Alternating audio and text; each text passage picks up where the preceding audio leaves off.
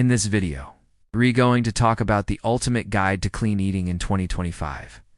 There are so many things that have changed, especially with all the new studies that have come out, all the misinformation out there, and also just how our diets are evolving. We are learning more and more each year when it comes to nutrition, and this is my goal here.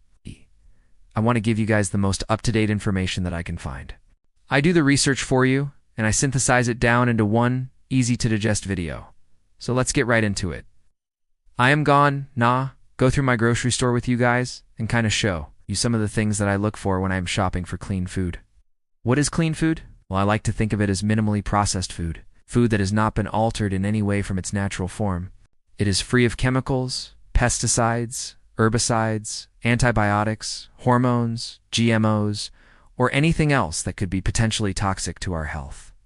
You don't need to be afraid of all these food groups. I know a lot of people say cut out all carbs or cut out all fat or all protein or all this or that. When it comes to clean eating, I believe that all foods can fit into a healthy diet. The key is moderation. It's nothing in excess of what your body needs. So the first thing I want to start off with is this beautiful piece of salmon. This was caught wild off the coast of the Pacific Ocean. Wild-caught fish is always better than farm-raised because they do unfeed them. Got antibiotics and hormones, and they just have a better fatty acid profile. They tend to be leaner, and they have a little bit more of an intense flavor. Look at this really nice and bright pink color. That means that it is loaded with astaxanthin, which is a super powerful antioxidant. It comes from the algae that they eat in the ocean. Wild-caught fish also tends to have a better texture, and it's be much higher in omega-3 fatty acids as well. I will post the recipe in the description box below. Next, we head over to the produce section, and we grab a nice ripe avocado.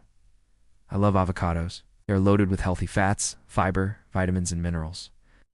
They're also very filling, so they can help keep you satiated throughout the day. Grab a couple of ripe tomatoes, some fresh parsley. Parsley is a superfood.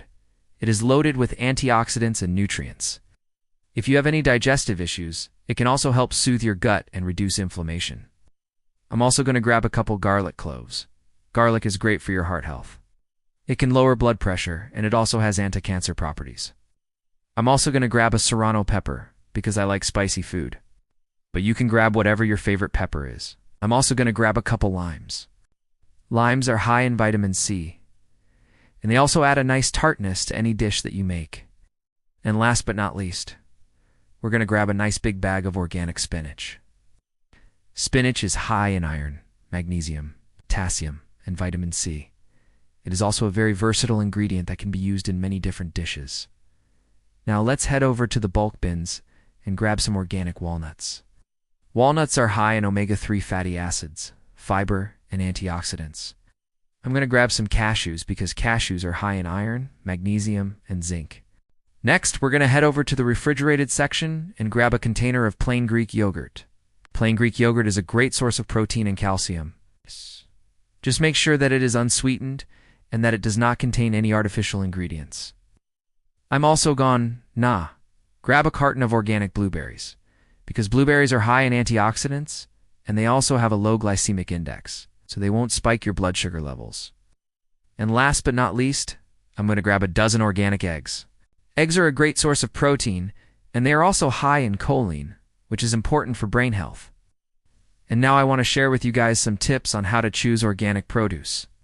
Not all organic produce is created equal. You want to look for produce that is grown without the use of pesticides, herbicides, and fungicides. You also want to make sure that the produce is free of GMOs and that it has not been irradiated. Unfortunately, it can be difficult to find truly organic produce, especially if you live in a food desert or if you have a limited budget. But there are a few things that you can do to help make sure that you are getting the most organic produce possible. First, you want to prioritize the Dirty Dozen list. The Dirty Dozen is a list of the 12 fruits and vegetables that are most likely to contain pesticide residues.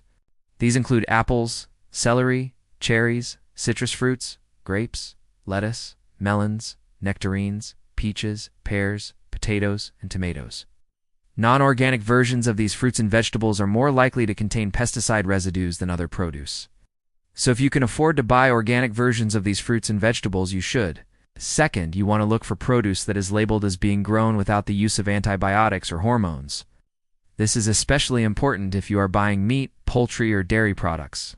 Third, you want to avoid produce that is labeled as being grown with the use of fungicides or herbicides.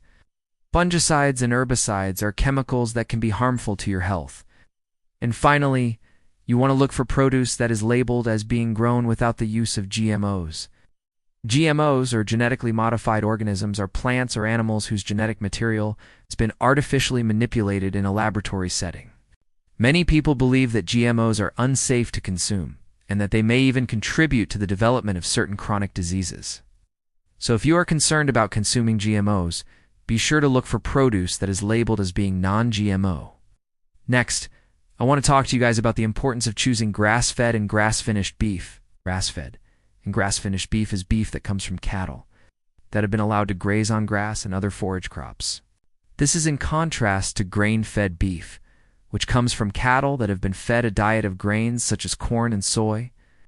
Grass-fed and grass-finished beef is typically more nutrient-dense than grain-fed beef, because the cattle are able to consume a wider variety of plants and they are not confined to feedlots.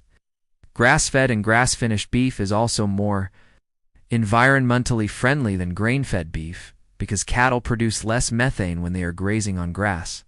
Methane is a potent greenhouse gas that contributes to climate change.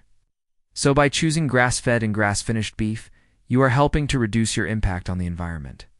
And finally, I want to talk to you guys about the importance of choosing pasture-raised eggs. Pasture-raised eggs come from chickens that are allowed to roam and forage on pasture. This is in contrast to conventionally raised chickens, which are typically confined by the thousands to dark, dank sheds. Pasture-raised chickens are able to roam and forage, which allows them to express their natural behaviors. They also have access to fresh air, sunshine, and a more natural diet. As a result, pasture-raised eggs tend to be more nutritious than conventionally raised eggs. They are typically higher in omega-3 fatty acids, vitamin D, and other nutrients. Pasture-raised eggs are also more environmentally friendly than conventionally raised eggs, because chickens produce less waste when they are able to roam and forage. I hope that you guys enjoyed this ultimate guide to clean eating in 2025. I know that there is a lot of misinformation out there. It can be difficult to know what to eat and what to avoid. But hopefully this video has helped shed some light on the topic and given you some ideas on how to make healthier choices when you are shopping for groceries. Thank you guys so much for watching, and I will see you in my next video.